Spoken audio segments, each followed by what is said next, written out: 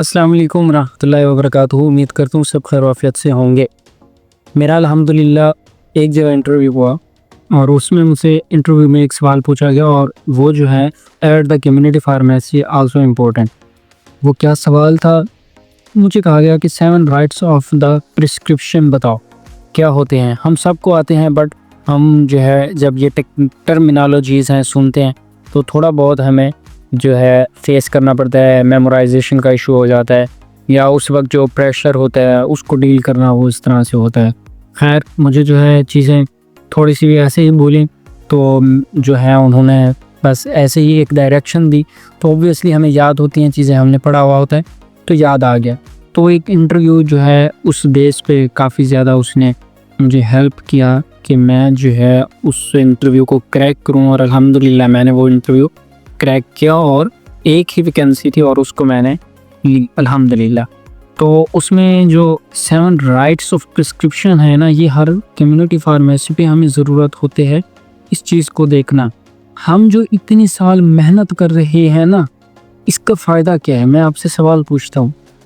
आया या तो हम इन्फ्लुएंसर बन जाएं या हम कम्युनिटी फार्म में आके एक अच्छे इंसान बने।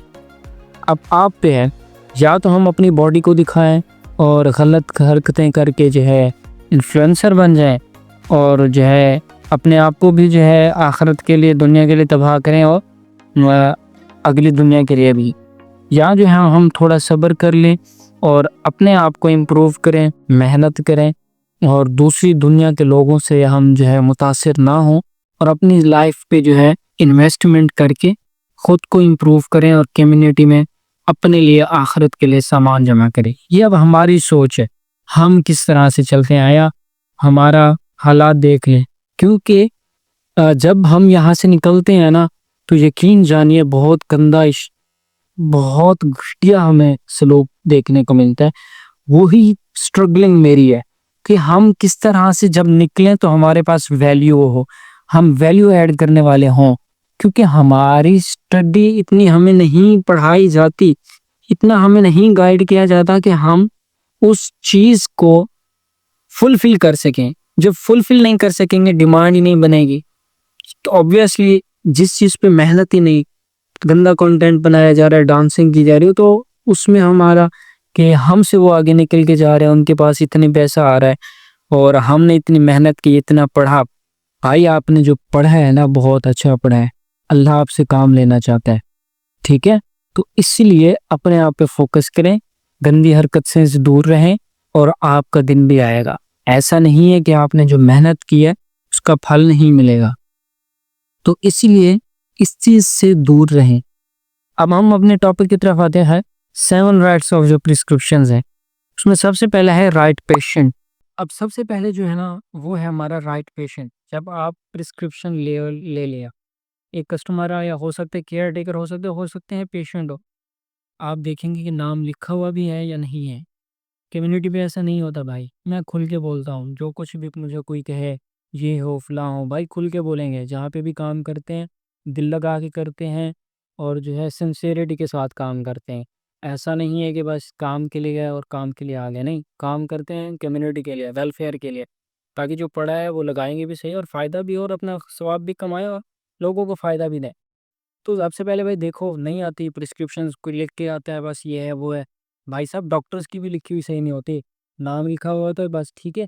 और उसके बाद आपको हालात पता है कि किस तरह से प्रिस्क्रिप्शंस आती हैं हमारी, ठीक है। और कंफर्म करना होता है कि राइट पेशेंट है भी सही या नहीं, क्योंकि फिर अब राइट पेशेंट है ही नहीं, नारकोटिक्स जिस तरह से होंगी हमारी, कंट्रोल्ड आइटम्स हो गए, वो अब गलत इस्तेमाल होते हैं ना। आपको पता है कि कौन कौन से इस्तेमाल होते हैं। नींद, अल्प्राजोलम, डिप्रेशन है नहीं, भाई नींद नहीं आ रही, आके कहते हैं कि भाई हमें जो है ना ये चाहिए नींद की गोली। भाई तू जा कोई एक्सरसाइज कर, कुछ कर, तो वो लिखवा के आ जाते हैं।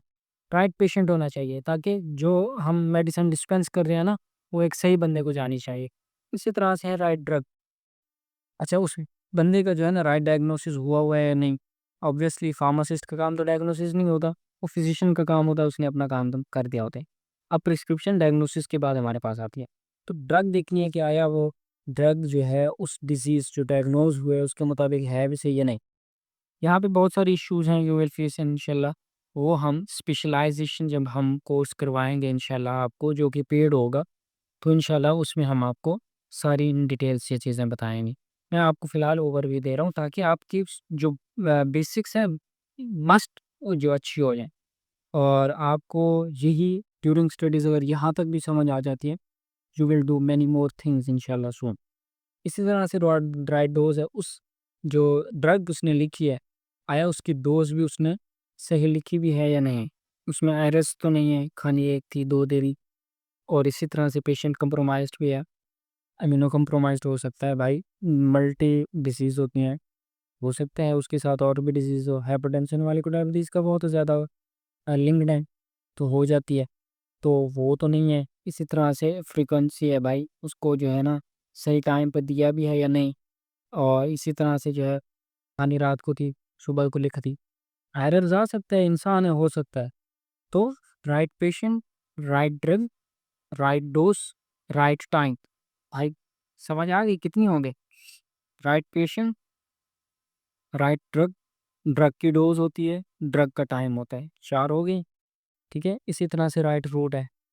तो आया वो सबलिंगुअल है, च्यूएबल है और आईएम है, आईवी है।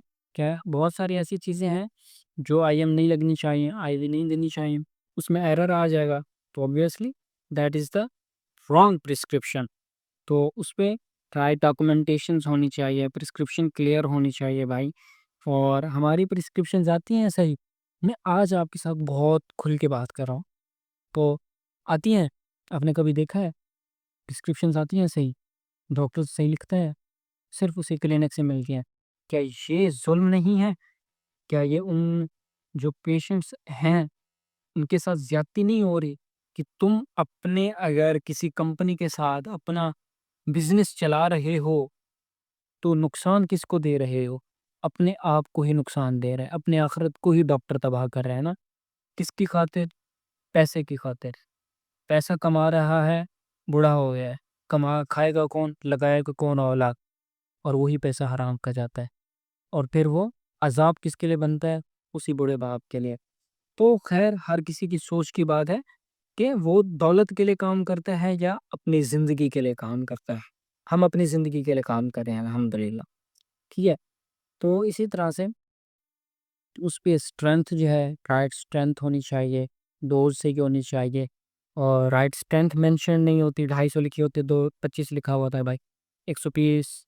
और इसी तरह से बहुत आपको एमसीजी में भी आती हैं मेडिसिन्स हमारी, थायरॉक्सिन, डाइजैक्सिन वगैरह, तो वो जो है ना लिखी होती है, एमजी में भी लिखी होती है और कभी-कभी सही से लिखी हुई भी नहीं होती बहुत सारी, और किसी पे तो एमजी क्या एमसीजी कुछ भी नहीं मेंशन्स होता।